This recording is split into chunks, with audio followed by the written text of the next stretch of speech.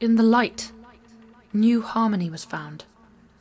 Old chains were broken, and in the aftermath of the song's end, a new one began.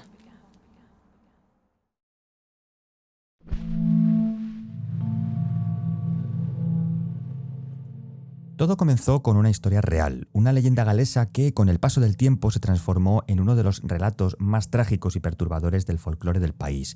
El marketing del juego se apoyó precisamente en adaptar un cuento popular ambientado en uno de los lugares más embrujados de Gales, pero lo curioso es que incluso antes de lanzarse al público, esa idea ya había provocado problemas en el mundo real. Los verdaderos dueños de Scare House, una mansión situada cerca de Porthcawl, en Bridgend, no estaban nada contentos con que su hogar fuera usado como escenario de un juego de terror. De hecho, presentaron objeciones legales por el uso del nombre real del edificio, y eso obligó a los desarrolladores a hacer un pequeño cambio. Dentro del juego, el lugar pasó a llamarse Scare Hotel. Pero más allá de la ficción, vale la pena detenerse un momento en la verdadera Scare House, una mansión de piedra gris, imponente, construida sobre los restos de una antigua granja monástica que a su vez se levantó hace casi 900 años. En sus orígenes, el lugar pertenecía a la orden cisterciense, una comunidad de monjes que había separado de los benedictinos. Con los siglos, aquella casa no solo fue testigo del paso del tiempo, sino también de una historia de amor y muerte que dejaría una huella imborrable en la región. Todo se remonta al siglo XVII, cuando un hombre llamado Isaac Williams tomó posesión de la mansión. Su hija, Elizabeth Williams, se convertiría en el alma de una de las leyendas más famosas de Gales, la historia de la Dama de Scare. Según la tradición, Elizabeth se enamoró de un humilde carpintero y músico llamado Thomas Evans, pero su padre, cegado por el estatus y el dinero, se opuso a esa relación. Isaac tenía otros planes para su hija, pretendía casarla con un hombre de posición, y cuando Elizabeth se negó, él la encerró en la casa esperando quebrar su voluntad. Aún así, los jóvenes planearon escapar, querían huir juntos y vivir su amor en libertad, pero el destino fue cruel.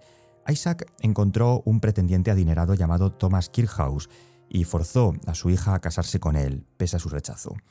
En la Gales del siglo XVIII, este tipo de matrimonios por conveniencia eran comunes, más por acuerdos económicos que uniones por amor, y aunque Elizabeth cumplió con su deber, nunca dejó de amar a Thomas Evans. La historia cuenta que murió joven, de un corazón roto, en 1776. Otras versiones dicen que su propio padre la dejó morir encerrada, sin comida, convertida en prisionera dentro de su propio hogar. Desde entonces, muchos aseguran que su espíritu sigue allí, asomando a una ventana del piso superior, esperando eternamente a su amado.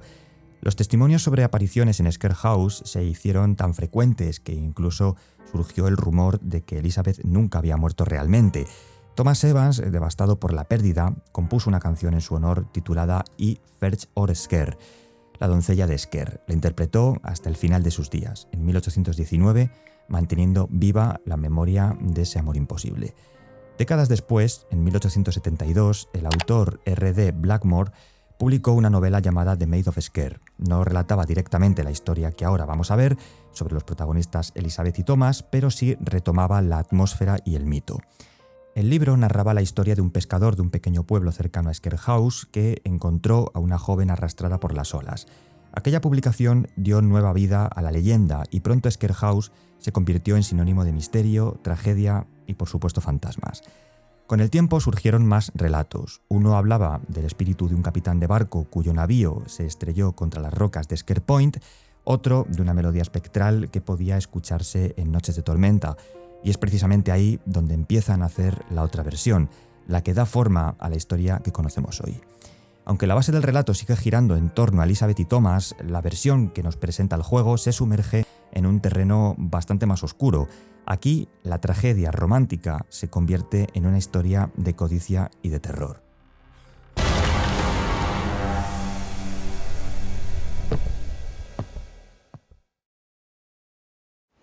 A new song was born from the darkness, and together they ruled the new dawn.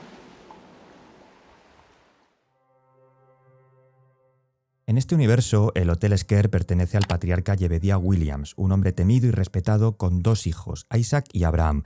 Isaac está casado con Prudence, una cantante célebre cuya voz parece tener algo de sobrenatural. De esa unión nace Elizabeth, la heredera de un linaje marcado por la ambición y el crimen. Todo comienza con un hombre llamado Thomas Evans, un músico de renombre que viaja en tren hacia la misteriosa isla de Sker, en el sur de Gales. Lo hace impulsado por una carta desesperada de su amante, la nombrada Elizabeth Williams, quien le confiesa que su padre ha descubierto sus planes de huir juntos y la mantiene encerrada en el hotel familiar Sker. Pero lo que más inquieta a Thomas es el tono de advertencia en las palabras de Elizabeth. Ella le dice que su padre pretende usarla igual que usó a su madre, explotando su talento como cantante para fines oscuros, aunque no explica qué significa eso exactamente. Sus palabras insinúan que algo terrible ocurre entre los muros del hotel. En la carta, Elizabeth también le pide algo extraño, que componga una melodía capaz de contrarrestar una canción contenida en un medallón que perteneció a su madre. Según ella, sin esa composición, toda esperanza de contener la oscuridad en el hotel se perderá. Y así, con la incertidumbre de lo desconocido pesando sobre sus hombros, Thomas llega finalmente a la estación de tren de la isla, un lugar abandonado y silencioso donde las maletas polvorientas parecen llevar años esperando a dueños que jamás regresaron. Las puertas principales del hotel están cerradas, así que se ve obligado a rodear el edificio.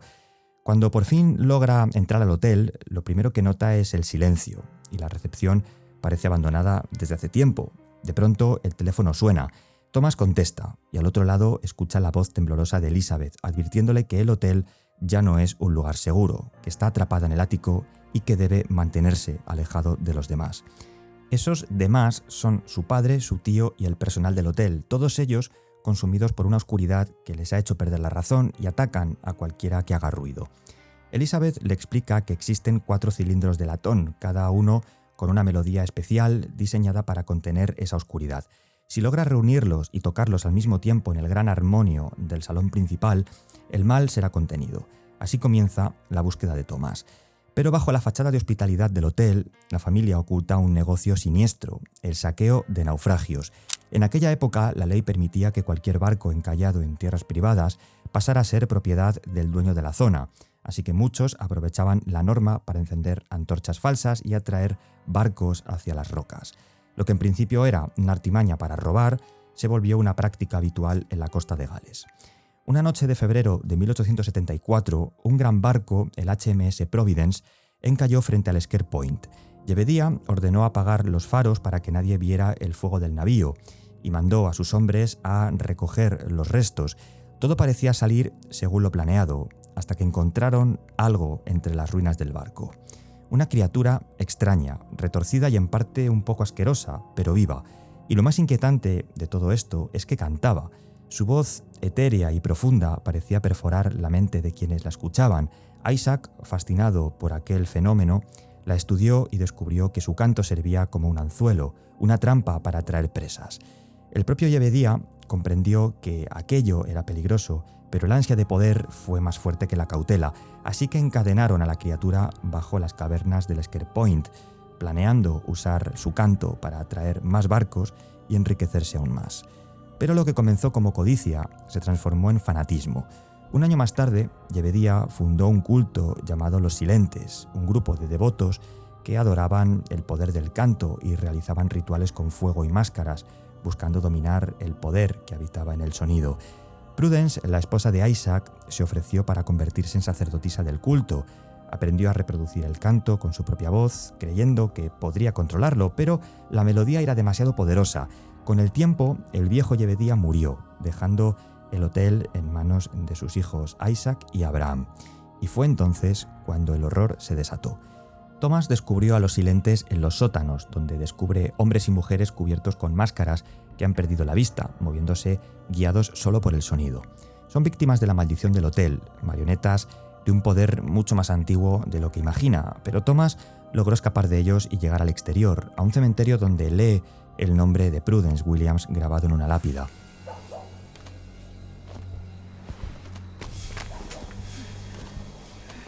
Como he dicho antes, era la esposa de Isaac y por tanto la madre de Elizabeth, pero poco después es perseguido por un hombre con bastón que lo obliga a huir hasta caer en unos túneles subterráneos, y Thomas se empezó a dar cuenta de las prácticas que esta familia lleva a cabo.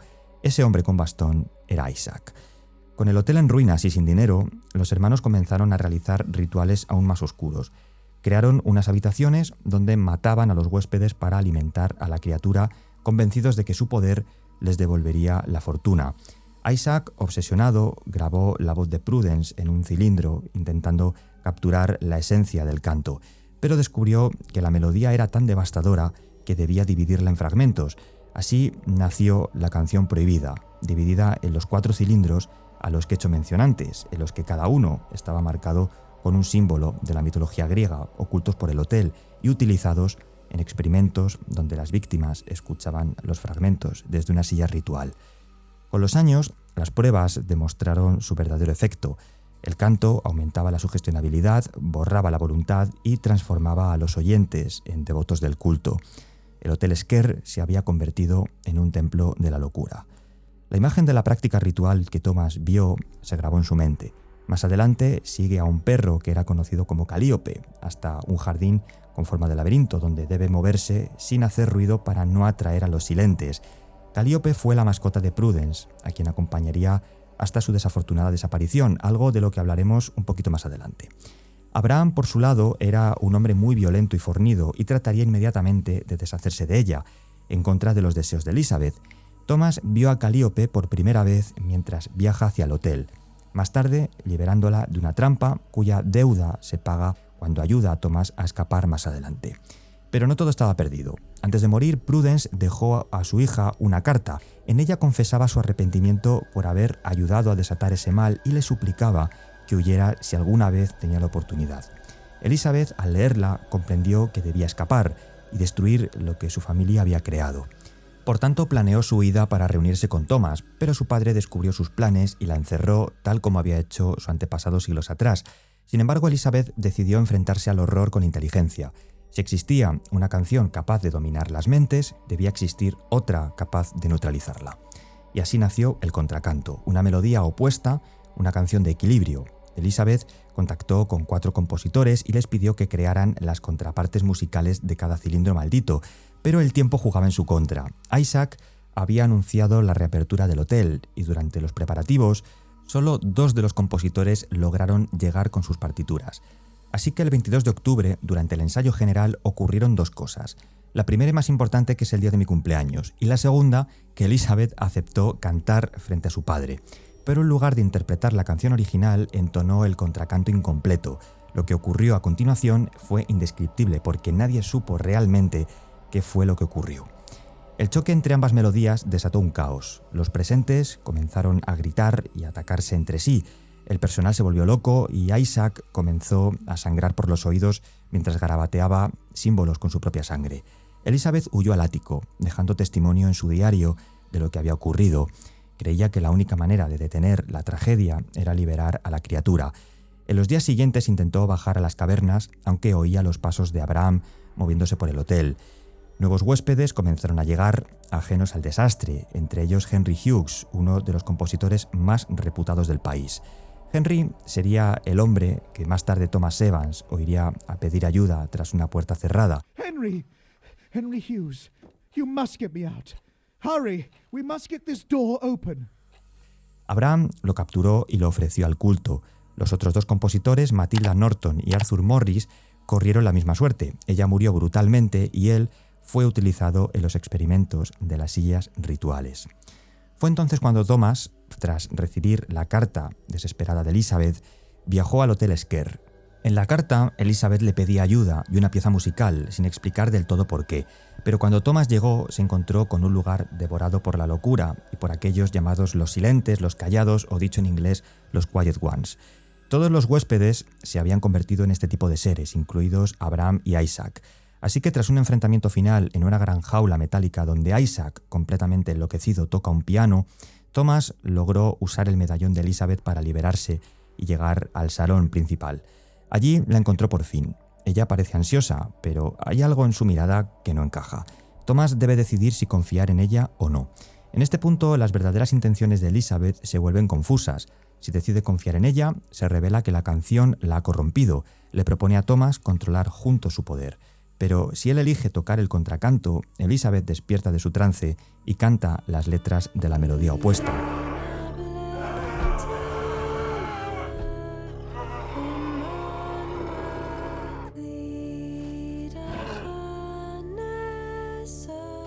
En este instante todo encaja. Elizabeth había estado bajo la influencia del canto desde el principio, por eso nunca mencionó las partituras originales y solo los cilindros.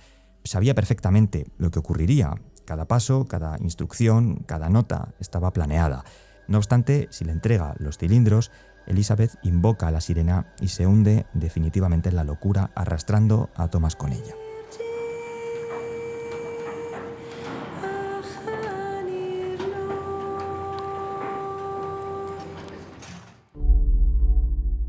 A pesar de que la historia que da forma a este universo nace claramente del trágico amor entre Elizabeth y Thomas, el relato del juego se desvía en ciertos puntos, tomando caminos más oscuros y sobrenaturales. Así que vamos a desglosar con más pausa y detalle lo que ocurre exactamente. Aquí la familia Williams se transforma en el núcleo de una maldición que mezcla la codicia humana con ecos de la mitología griega y además los horrores que emergen del mar. En esta versión, el majestuoso Hotel Sker pertenecía a Jebediah Williams, un patriarca con 2 hijos, Isaac y Abraham. Isaac, a su vez, estaba casado con Prudence, una célebre cantante cuya voz parecía contener un poder hipnótico. De esa unión nació Elizabeth, heredera de una familia que, bajo la superficie de su respetabilidad, ocultaba un legado de contrabando, saqueos y muerte. Como he dicho antes, hubo una época en la que los naufragios, más que tragedias, eran oportunidades, y la familia Williams los aprovechó muy bien. En el juego vemos los restos de un barco llamado HMS Providence, y no solamente es un guiño a Lovecraft, sino el origen de las desgracias que sembrarían Sker. El 3 de febrero de 1874, Jebediah ordenó apagar los faros del Sker Point para que cualquier navío que se acercara a la costa quedara encallado y por lo tanto enviar a sus hombres a recoger los restos, recursos y tesoros bajo la oscuridad de la noche. Todo parecía una operación más, hasta que encontraron algo que no pertenecía a este mundo. Entre los restos del barco yacía una criatura malherida que, aún agonizante, intentaba cantar. Su melodía no era humana, sino algo más antiguo, más profundo y sobre todo peligroso, y como bien supondréis, se trataba de una sirena. Aquellos que la escucharon comenzaron a sentir un influjo, casi irresistible. Isaac, fascinado por el fenómeno, la estudió en secreto y descubrió que aquel canto servía para atraer presas, un señuelo para alimentar al propio ser. Su padre Jebediah comprendió demasiado tarde el peligro que habían desatado, pero como dije antes, la avaricia fue más fuerte que el miedo. Padre e hijo decidieron encadenar a la criatura bajo el hotel con la idea de usar su canto para atraer nuevos naufragios y multiplicar sus ganancias. Y fue cuando en 1875 el empacho de ambición llevó a Jebediah a fundar un culto que adoraba el poder que tenía el canto de esa sirena. El objetivo que tenían las prácticas rituales que hemos visto eran la de dominar dicho canto utilizando el fuego como elemento purificador. Por tanto, cuando se iniciaban esos rituales, los candidatos eran expuestos al canto hasta que sus voluntades se quebraban. Tras esto, se les colocaba una máscara como símbolo de sumisión y silencio. En una carta dirigida a los seguidores, Jebediah mencionaba que Prudence había aceptado convertirse en sacerdotisa del culto. Su voz era perfecta para reproducir y controlar la melodía prohibida. Con el tiempo, el viejo Jebediah, apodado el abuelo Williams, murió y el control del hotel pasó a sus hijos Isaac y Abraham. Pero la suerte les empezó a dar la espalda. El hotel estaba en decadencia y el culto debilitado. Desesperados, los hermanos idearon algo muy macabro: transformar ciertas habitaciones en cámaras de asesinato. Allí sacrificaban a los huéspedes para alimentar a la criatura, convencidos de que su poder devolvería la gloria perdida al hotel. Es decir, los individuos que vemos deambulando por todo el edificio son los propios huéspedes que se habían alojado en el hotel durante años. Isaac creía que si Prudence lograba grabar la canción de la criatura, podrían controlarla para su propio beneficio, pero los años trajeron ruina, y mucha. Los crímenes de Abraham atrajeron sospechas y la reputación del lugar se desplomó. Y así, en 1894, la muerte de Prudence a los 42 años marcó el final de una era. Sin su voz, el poder del canto quedó completamente sepultado y el Hotel Sker cerró sus puertas. Sin embargo, la obsesión no murió con ella. Isaac y Abraham intentaron obligar a su hija Elizabeth a cantar, esperando que su talento heredado les devolviera la prosperidad, pero ella descubrió los diarios de su abuelo, donde se narraban los horrores cometidos por su familia, y se negó. Así que, muy cabreados, los hermanos continuaron un plan sin ella. Isaac consiguió grabar un fragmento del canto de Prudence en un único cilindro, aunque pronto comprendió que la melodía era demasiado peligrosa para ser contenida en una sola pieza. Por tanto, la dividió en 4 partes, cada una grabada con símbolos de la mitología griega, y los ocultó en diferentes puntos del hotel, integrándolos en un siniestro experimento. Y es que cada cilindro se reproducía en una silla en la que las víctimas escuchaban el canto fragmentado, quedando sometidas poco a poco a su poder.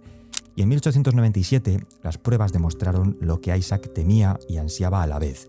El canto no solo dominaba a quienes lo oían, sino que erosionaba su voluntad moldeándolos como si fueran parte del propio culto.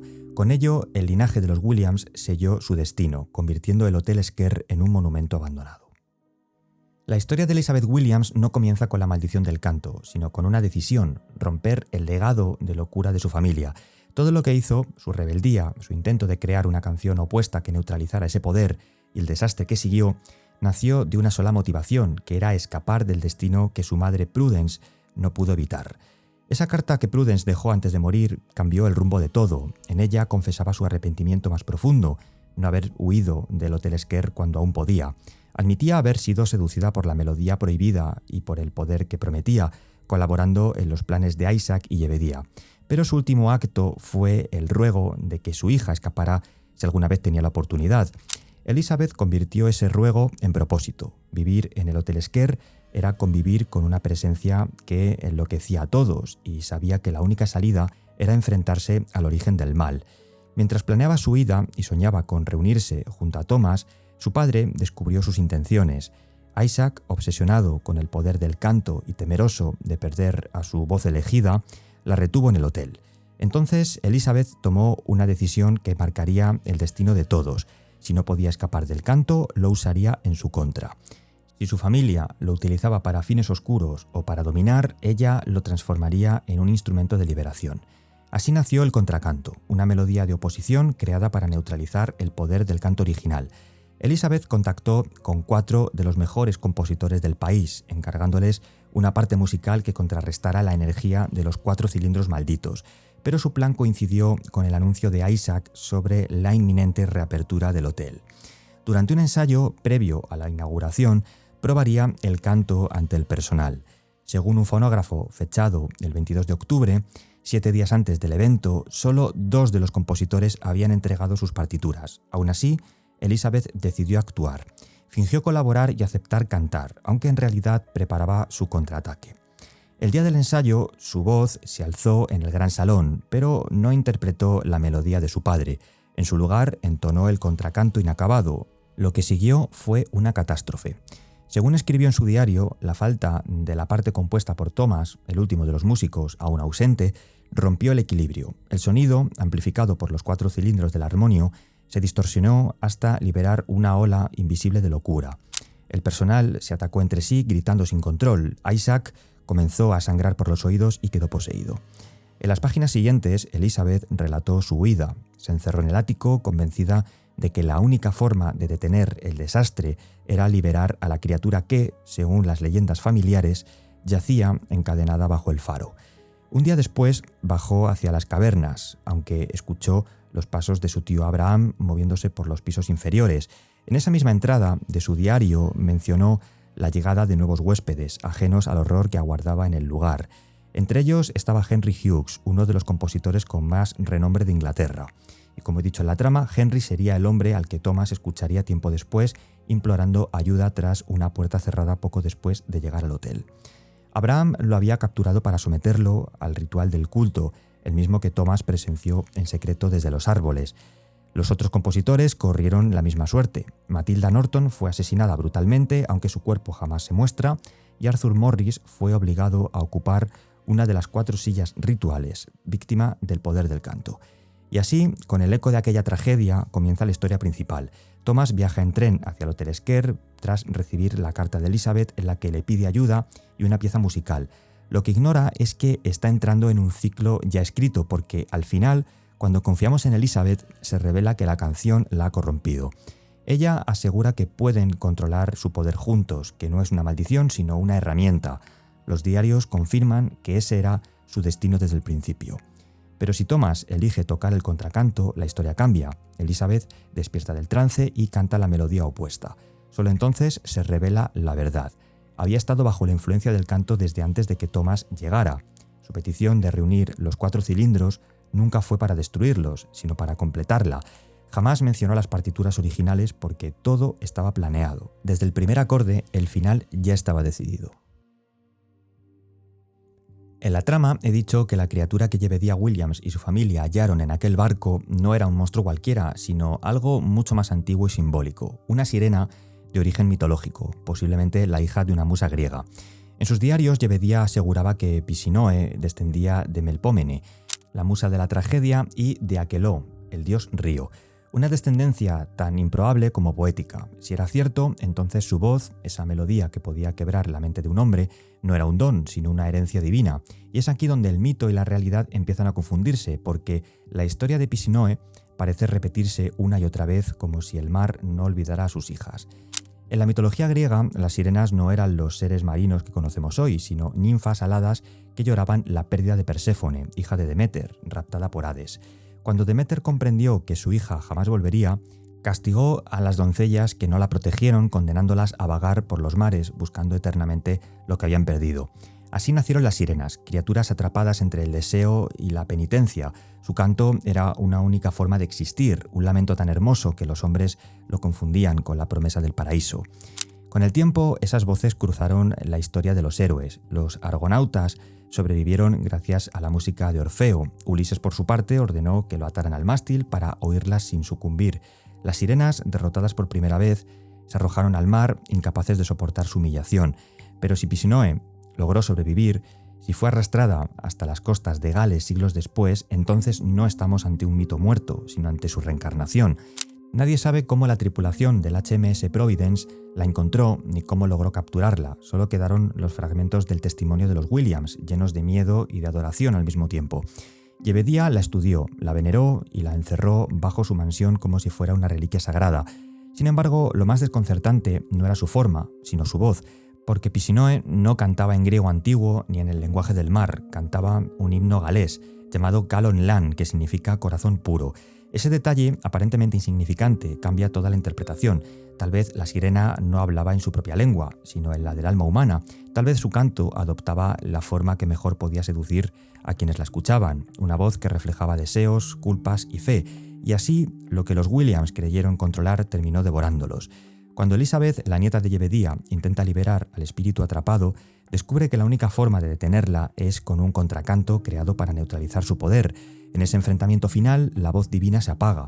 La sirena se eleva, alejándose hacia el horizonte, mientras su melodía se disuelve en el aire como si regresara a la eternidad de la que fue arrancada.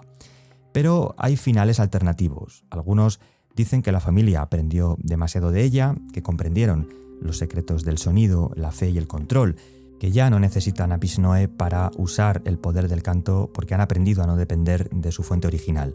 Y así como en las antiguas tragedias griegas mataron a la musa que les había concedido su don. Y así el eco de una canción maldita se convirtió en el alma de una historia que mezcla amor, culpa y condena. Una historia donde una voz que prometía redención terminó siendo un instrumento para el mal, y donde el silencio fue lo único que quedó. Así que esta ha sido la historia de este genial Maid of Sker, un juego que recomiendo sí o sí porque en una duración relativamente corta nos cuenta una historia con un montón de significado, lore y mitología. Recuerda que puedes seguirme en mi canal secundario y en Discord o escuchar estas historias en formato podcast. Así que nos vemos en el próximo vídeo. Sed felices.